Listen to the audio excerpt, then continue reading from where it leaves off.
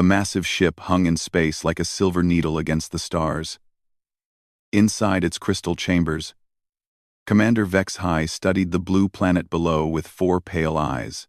His long, thin body moved with fluid grace as he glided from one control panel to another. The artificial gravity in the ship was set to match his home world. Barely a whisper compared to the heavy pull of the planet they watched. "The signals are clear," reported Science Officer Thelmos, her voice like wind chimes in the recycled air. "These creatures call themselves humans. They broadcast their communications openly across space. No encryption. No protection. They are primitive beyond measure." Vex-High nodded slowly.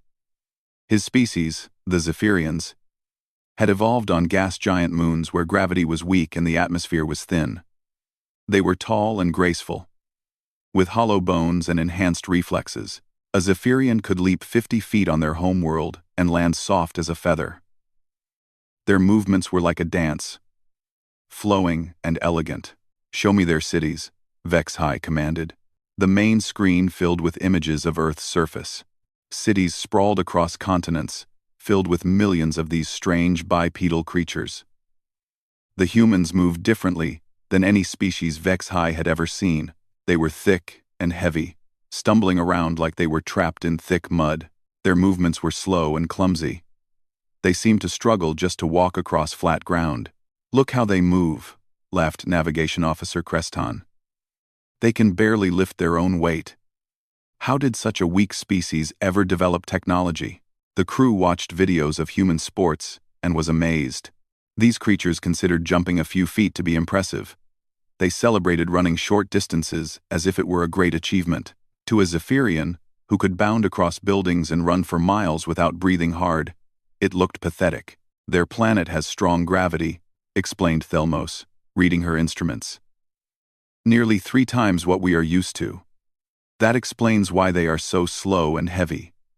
They are prisoners of their own world." And Vex-High studied the data carefully.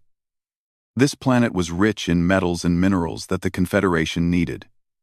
The oceans were full of water, and the continents had vast forests. It was perfect for expansion. The only problem was the inhabitants. "How many are there?" he asked. "Nearly 8 billion, Thelmos replied.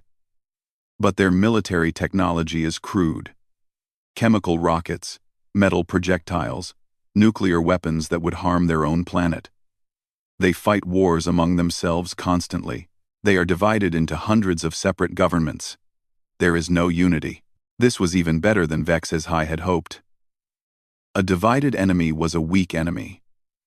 He had brought 300 ships filled with the finest warriors of the Confederation. Each ship carried soldiers from a dozen different low-gravity worlds. They all shared the same advantages: speed, agility, and advanced technology. "Their weapons?" Vex-High inquired. "Primitive ballistic systems. Some energy weapons, but nothing that can penetrate our shields. Their fastest aircraft move at speeds our personal vehicles exceed. Commander, this will not be a war. It will be a harvesting." Vex-High made his decision. He had been ordered to evaluate this world for the Confederation. The resources were too valuable to ignore. These humans would make adequate workers once they understood their place in the galactic order. "Open communications to their planet," he ordered. "All frequencies. I want every human to hear this message." The communication officer worked her delicate controls with fingers that looked like glass sculptures. "Channel open, Commander." Vex-High activated the universal translator and began to speak. His words would reach every radio, television, and communication device on Earth within minutes. "Inhabitants of the 3rd planet." His voice echoed across space. "I am Commander Vex-High of the Zephyrian Confederation. We have observed your world and found it suitable for our purposes. You have one of your rotations, one day, to surrender unconditionally, lay down your weapons, abandon your cities, prepare to serve as a labor force for the Confederation. Resist, and your species will be eliminated. This is your only warning." He cut the transmission and turned to his officers. "Begin the demonstration." Destroy 3 of their military satellites. Nothing too dramatic. Just enough to show them our power. The ship's weapons powered up with a soft hum. Energy beams lanced out toward Earth's orbit. In seconds, 3 military satellites exploded in silent flowers of fire and metal. The destruction would be visible from Earth's surface and picked up by all their tracking systems. On Earth, the message was already causing chaos. Government leaders scrambled to emergency meetings. Military forces went on high alert. Scientists analyzed the transmission and confirmed it came from the massive ship that had appeared in orbit without warning. Within hours, Earth's major powers attempted to respond. The United Nations called an emergency session. Military leaders studied their options and found them limited. The alien ship was too far away for conventional weapons, and nuclear missiles would take hours to reach it, assuming they could even penetrate its defenses. President Martinez of the American Federation spoke for all humanity in their response. "We are a peaceful species that wishes no conflict. We ask for negotiations and time to discuss your demands." Vex High received the transmission and laughed with his officers. "They want to negotiate. These primitive creatures think they have something to offer us. Very well. Let them gather their leaders. In 12 hours, we begin the invasion. Their surrender will come soon enough when they see the power of the Confederation." The Zephyrian fleet began moving into attack positions. 300 ships descended through Earth's atmosphere like falling stars. Their anti-gravity systems made the journey smooth and effortless. Soon they would walk on this heavy world and claim it for the Confederation. Vex High looked at the blue planet one last time before the battle began. He felt sorry for these humans. They had no idea what they were about to face. His warriors were faster, stronger, and better equipped than anything this backward world could produce. The invasion would be over in days, perhaps hours. He had no way of knowing that gravity would soon become his greatest enemy. The first Zephyrian dropships landed outside major cities across Earth, like silent ghosts. Their hulls gleamed in the morning sun as ramps descended and alien soldiers emerged. To human observers watching from a distance, the invaders looked like deadly dancers stepping onto a stage. Captain Sarah Chen crouched behind a concrete barrier in downtown Los Angeles, watching through binoculars as the aliens moved through the streets. Her unit had been ordered to observe and report. But what she saw made her stomach tighten with fear. The Zephyrians moved like nothing she had ever witnessed. They bounded across cars with single leaps. They jumped from building to building, as if gravity meant nothing to them. When they ran, their feet barely touched the ground. It was like watching ghosts or angels of death floating through the city. "Jesus Christ," whispered Sergeant Torres beside her. "How are we supposed to fight that?" The answer came quickly. The aliens raised weapons that looked like crystalline sculptures and fired beams of pure energy. The beams cut through concrete walls like paper. They sliced through tanks like butter. When the energy touched human soldiers, they simply vanished in flashes of light. General Morrison received the first battle reports in his underground command center. Every major city was under attack. Conventional weapons had no effect on the alien shields. The invaders moved too fast for most targeting systems. Worst of all, they seemed to be enjoying themselves. In New York, Major Jackson led his company in a desperate defense of Times Square. The aliens came dancing through the streets, leaping over barricades that had taken hours to build. Their movements were beautiful and terrifying at the same time. They fired their weapons while spinning through the air, never missing their targets. "Fall back," Jackson shouted into his radio. "All units fall back to secondary positions." But falling back was harder than advancing. The humans were too slow. The aliens caught up to them easily, bounding across rooftops and through windows. Jackson watched his soldiers disappear, one by one, in flashes of alien energy. Yet something strange began to happen after the first hour of fighting. Lieutenant Yates noticed it first during the battle for the Harbor District. The alien who had been leaping between buildings with impossible grace started moving differently. His jumps became shorter. His landings looked harder. When he fired his weapon, he paused to catch his breath. "Did you see that?" Yates asked his communications officer. That alien just stopped to rest. Similar reports began coming in from battlefields around the world. The aliens who had started the invasion like graceful predators were beginning to slow down. Their movements became more labored. Some were seen sitting down between attacks. Dr. Elizabeth Reeves, working frantically in the CDC Emergency Center, was the first to understand what was happening. She had been studying the alien biological data that intelligence had gathered. Their bone structure, she told the emergency council over video link. Look at their bone structure. They're hollow, like birds. They evolved in low gravity. They're not built for our world. General Morrison studied the data on his screen. What does that mean for us? It means they're getting tired, Doctor, Reeves explained. Imagine carrying 3 times your body weight all day long. That's what they're experiencing. Every step, every movement is harder for them here than it would be on their home world. The general felt the first spark of hope since the invasion began. How long can they keep fighting? I'm not sure. But the stress fractures in their bones will get worse with time. The constant pull of our gravity is wearing them down. On the battlefields, human soldiers began to notice the change. The aliens who had moved like deadly dancers were now moving more like tired humans. Their energy weapons still cut through armor, but they fired less often. Their impossible leaps became ordinary jumps. Captain Chen's unit found themselves in a firefight that lasted 3 hours. As the battle continued, she watched the aliens across the street. They were breathing hard. Some were leaning against walls. One had actually fallen and was struggling to get back up.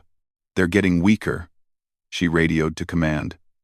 Whatever advantage they had is wearing off. The aliens themselves were confused by what was happening. Squad leader Mordeth had led successful invasions on 12 different worlds. He was a veteran warrior who had never experienced fatigue in battle. Now, after just 2 hours of fighting on this heavy world, his legs shook with every step. Medical support to Sector 7, he called into his communicator. Multiple soldiers experiencing structural failures. The alien medical teams were overwhelmed. Soldiers across the planet reported the same problems. Bone fractures in their legs and backs. Breathing difficulties. Something they had never experienced before. Exhaustion. Commander Vexhai received the reports in his orbital command ship with growing concern. His invasion force was the finest in the Confederation. These warriors had conquered entire star systems. How could primitive humans be causing such problems? Sir, reported his medical officer, we are seeing unprecedented fatigue rates. Our soldiers report that their personal anti-gravity units are burning out faster than expected. The planet's gravity field is stronger than our equipment was designed to handle. Impossible, Vexhai replied. Our technology is superior to anything these primitives possess. Yes, sir. But our technology was not designed for sustained operations in such a heavy gravity environment. The power requirements are enormous. Our anti-gravity systems are overheating and failing. As night fell on Earth, the first day of invasion ended with mixed results.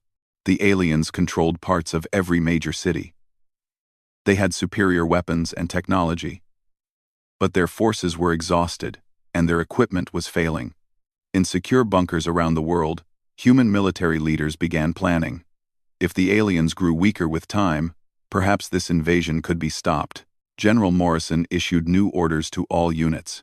Avoid direct confrontation when possible. Extend engagements. Force the aliens to fight longer battles. Make them work for every inch, he told his commanders. Time is on our side.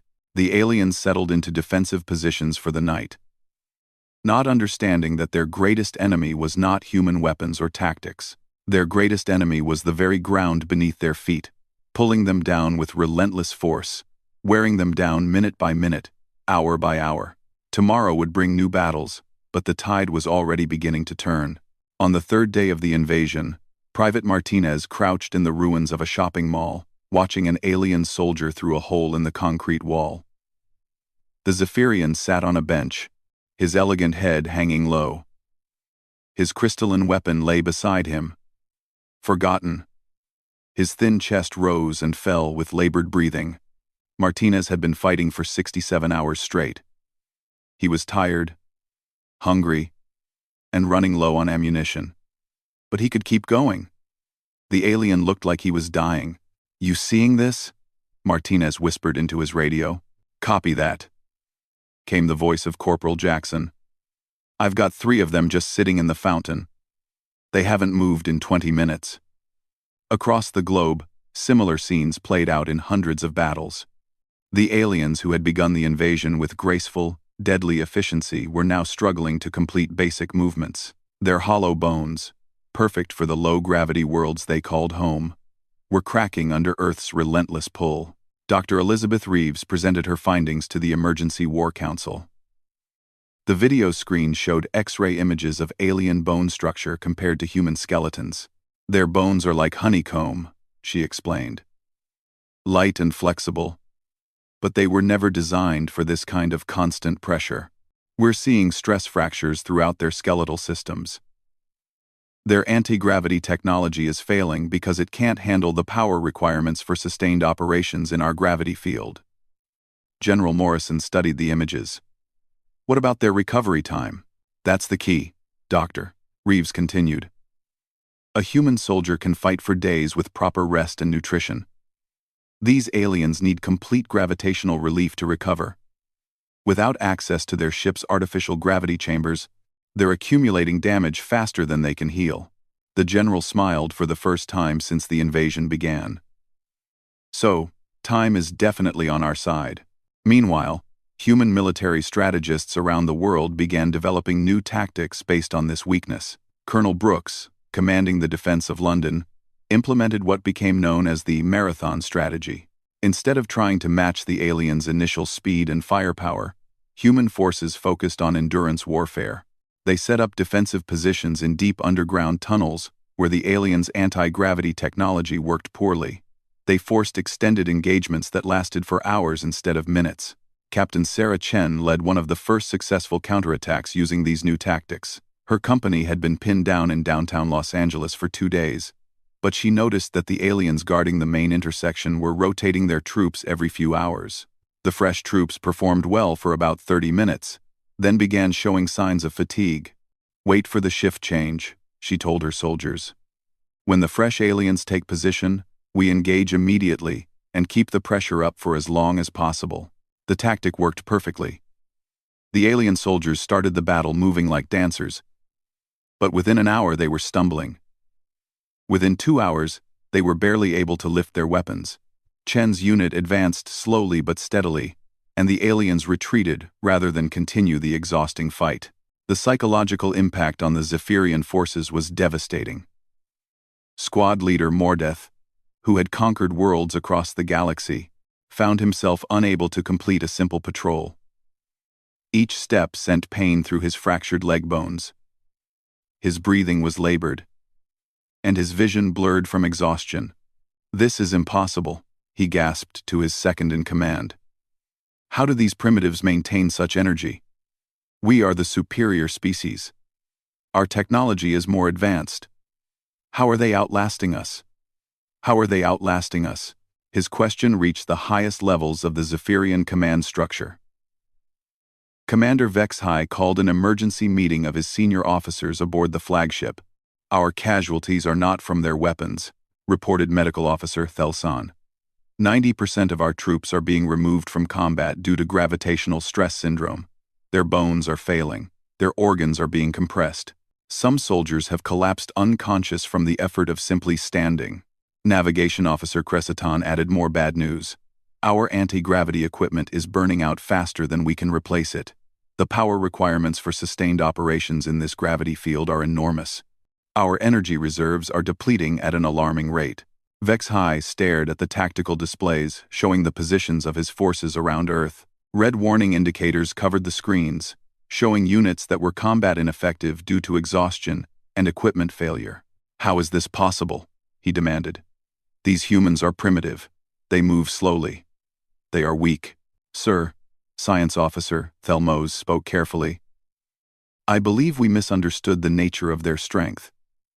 They appear slow to us because they evolved in this heavy gravity environment. What looks like weakness to us is actually adaptation. They are built for endurance in conditions that we find crushing." The truth began to dawn on the Zephyrian command staff. They had made a fundamental error in their assessment of humanity. The humans weren't slow because they were primitive. They were optimized for a high-gravity environment. Every step they took, Every movement they made was performed against a force that was crippling the alien invaders. On the ground, human forces began to exploit this advantage more aggressively. They developed new weapons designed specifically for extended engagements. Instead of trying to achieve quick victories, they focused on wearing down alien forces through prolonged combat. The Battle of Chicago became a turning point. Human forces under General Williams implemented a strategy of continuous harassment. Small units attacked alien positions, engaged for exactly 1 hour, then retreated. Fresh human units immediately replaced them, maintaining constant pressure on the alien defenders. The aliens found themselves facing an enemy that never seemed to tire.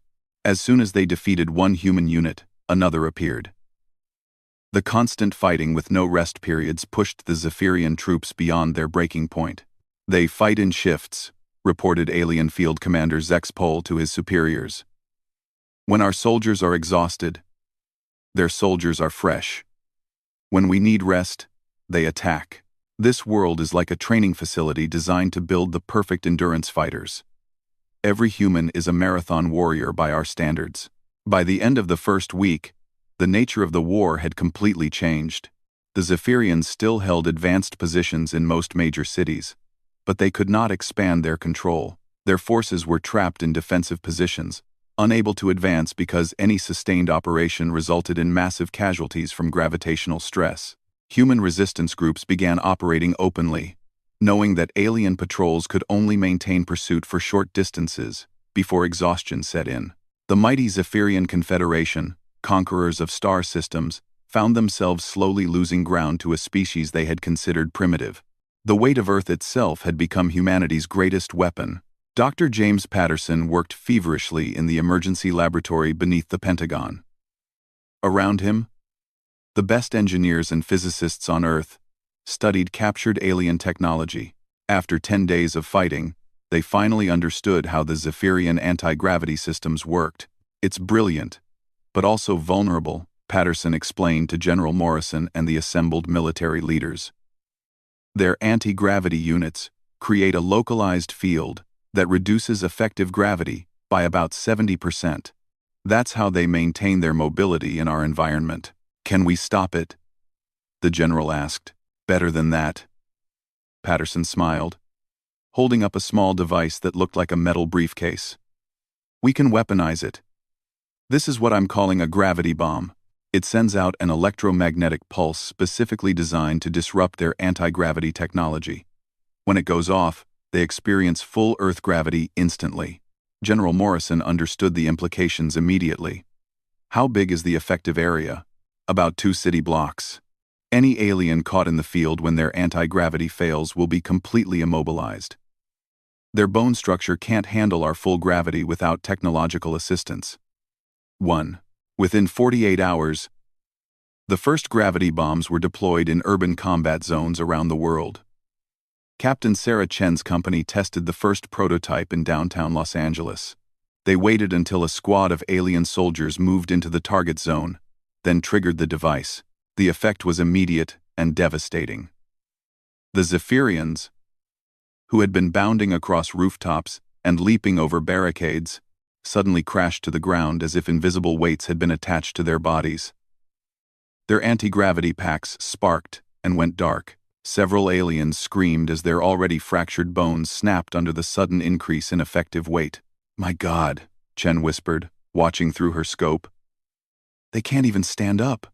The alien soldiers writhed on the ground, unable to lift their own body weight. Their graceful movements had become impossible. They were pinned to the concrete, like insects under glass. Human soldiers advanced easily, capturing the immobilized aliens without firing a shot. News of the gravity bomb spread quickly through human military networks. Production facilities around the world began manufacturing the devices around the clock. Within a week, every major human military unit had access to the technology. But gravity bombs were just the beginning of humanity's environmental warfare strategy. Major Liu in Hong Kong developed underground combat tactics that proved devastatingly effective. The city's extensive subway system became a labyrinth of death for alien forces. "They can't pursue us down here," Liu explained to his soldiers. The pressure changes in the tunnels, combined with the confined spaces, make their anti-gravity systems unreliable. Their bones can't handle the stress of rapid elevation changes. Human forces began luring alien patrols into subway tunnels, sewer systems, and underground parking garages. The aliens, struggling with equipment failures and bone stress in the confined spaces, found themselves at a severe disadvantage. What had been refuges for human resistance became traps for alien soldiers. The psychological warfare value was enormous. Alien commanders found their troops refusing orders to pursue humans underground. The proud warriors of the Zephyrian Confederation had developed a crippling fear of basements. Commander Vex High received increasingly desperate reports from his ground commanders. His invasion force was no longer advancing. In fact, they were losing territory daily to human counterattacks. "Sir," reported Ground Commander Morketh, his voice strained with exhaustion even over the communicator, "we request immediate evacuation of all units in Sector 12. The humans have deployed some kind of gravity weapon. 60% of our forces are immobilized. The rest are too damaged to continue operations." "Impossible," Vex High replied. "These primitives don't have gravity manipulation technology. They don't need it, sir. They're using our own environment against us. Every piece of equipment we brought is failing. Our soldiers can barely function. Request permission to retreat to orbital positions." The retreat requests came from every major battle zone on Earth. Vex High found himself commanding an invasion force that was systematically being defeated not by superior weapons or tactics, but by the very planet they were trying to conquer. Dr. Elena Vasquez, working with resistance forces in Mexico City, made another crucial discovery. She had been studying the alien supply lines and noticed something important about their logistics. "They can't maintain extended supply operations," she reported to the Global Resistance Network. "Their cargo ships need constant anti-gravity assistance to land and take off. If we can disrupt their landing zones with gravity bombs, we can cut off their resupply completely." The strategy proved devastatingly effective. Human forces began targeting alien landing sites with coordinated gravity bomb attacks. The alien cargo vessels, designed for low-gravity operations, could not land safely in areas where their anti-gravity systems failed. Supply runs that should have taken hours began taking days or became impossible. Alien forces across Earth found themselves running short of food, medical supplies, and replacement equipment. Their advanced energy weapons began failing as power cells died without replacement.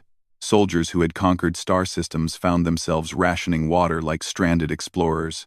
The most devastating psychological blow came from an unexpected source. Sergeant Mike O'Brien, trapped in the ruins of Boston, made a discovery that changed everything. He found an alien soldier who had collapsed from exhaustion and was examining his equipment when he noticed something incredible. "His anti-gravity pack has a manual override," O'Brien radioed to command. "When I switch it off, he can't move. When I switch it on, he can stand. We can control their mobility." Human engineers quickly reverse-engineered the override systems. Within days, they had developed signal jammers that could selectively disable alien anti-gravity technology across wide areas. Human forces could now trap entire alien units at will. The tables had completely turned. The Zephyrians, who had begun the invasion with overwhelming technological superiority, found themselves prisoners of Earth's gravity. Their advanced weapons were useless if they couldn't move to use them. Their superior speed meant nothing if they collapsed from exhaustion after minutes of exertion. Resistance movements that had been hiding in caves and bunkers emerged to retake their cities. Aliens who had strutted through human streets like conquering gods now huddled in defensive positions, afraid to venture outside their heavily shielded bases. The most humiliating defeat came in Paris, where a group of human civilians armed with nothing more than gravity jammers captured an entire alien platoon. The proud warriors of the Confederation surrendered to shopkeepers and students, rather than face the crushing weight of Earth's gravity without their technological assistance. Commander Vex High stared at the tactical displays, showing his forces' positions. Red indicators covered the screens, marking units that were combat ineffective, surrounded, or completely cut off from support. His grand invasion had become a desperate struggle for survival. The humans had learned to use their world as a weapon, and they were winning. The massive Zephyrian command ship hung broken in Earth's atmosphere, its anti-gravity systems failing one by one. Inside the vessel, emergency lights cast eerie shadows as Commander Vex High struggled to walk down corridors that had become increasingly difficult to navigate. 3 weeks after the invasion began, the humans had achieved the impossible. Using coordinated electromagnetic pulse attacks, they had disabled the command ship's primary gravity systems and forced it to crash land in the Nevada desert. The pride of the Zephyrian fleet now lay crippled on the surface of the world it had come to conquer. General Morrison stood on a ridge overlooking the crash site, watching through binoculars as human forces surrounded the alien vessel. The irony was not lost on him. The most advanced military technology in the galaxy had been brought down by the simple force that held his feet to the ground. "All units report ready," came the voice of Colonel Brooks over the radio. "Gravity jamming systems are active across the entire crash zone. No alien anti-gravity technology is functioning within 2 miles of the ship." Morrison nodded. "Begin the final assault." Inside the command ship, Vex High received reports that confirmed his worst fears.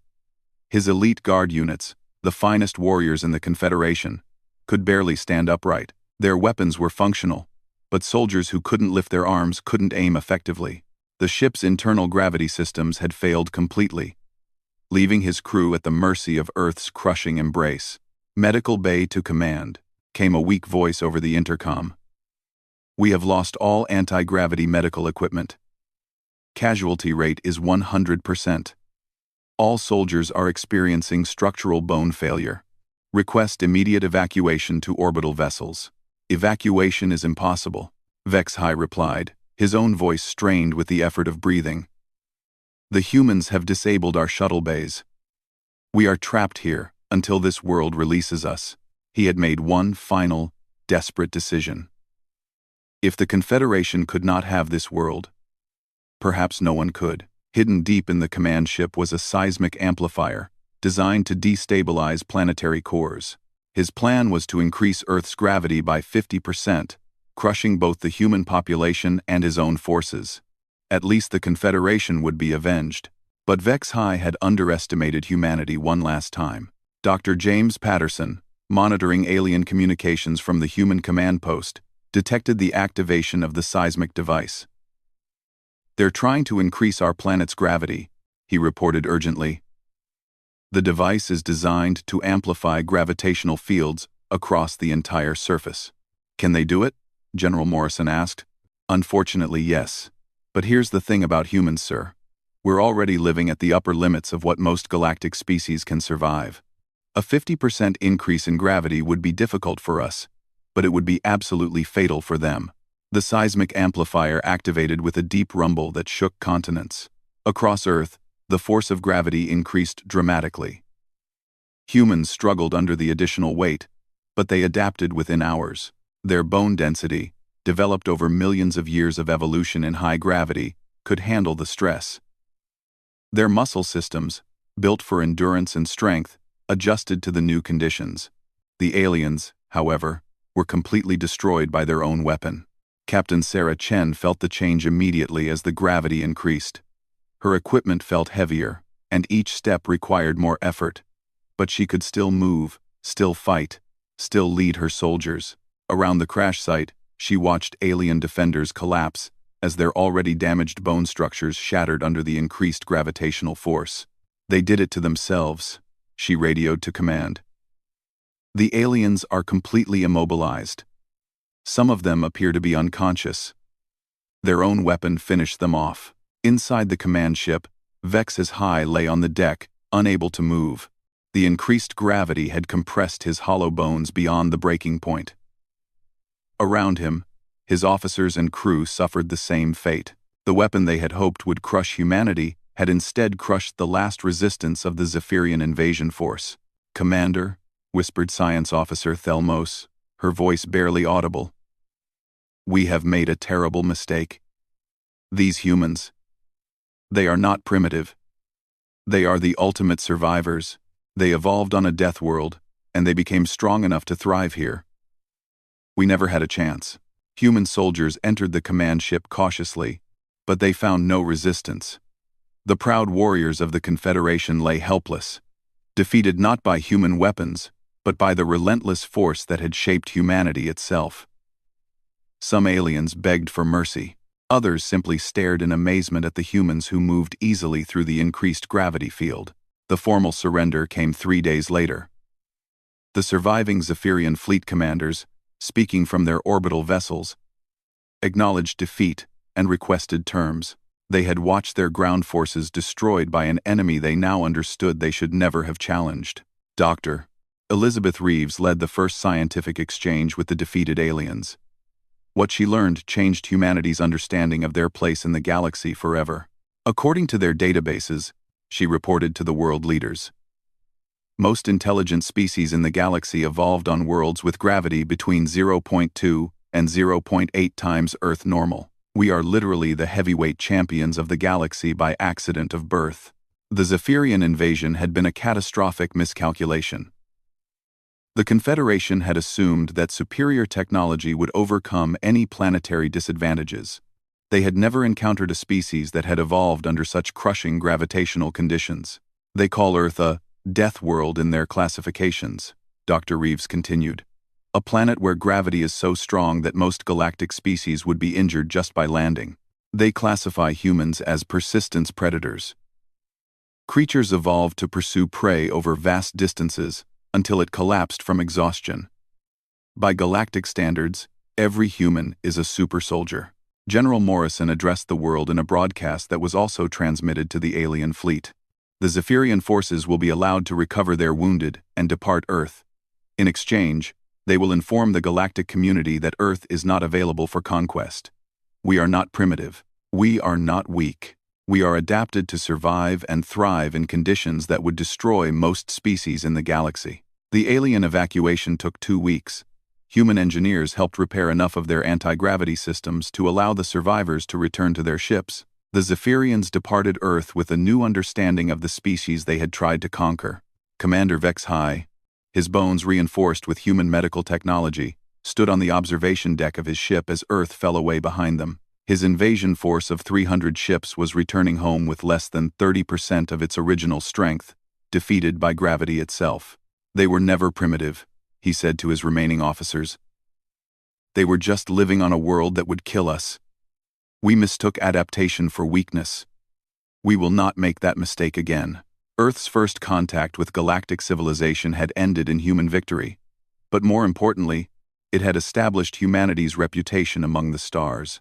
Word spread quickly through the Confederation that the blue world was inhabited by creatures that could fight for days without rest, whose bones would not break under crushing force, who treated as normal the conditions that would cripple most alien species.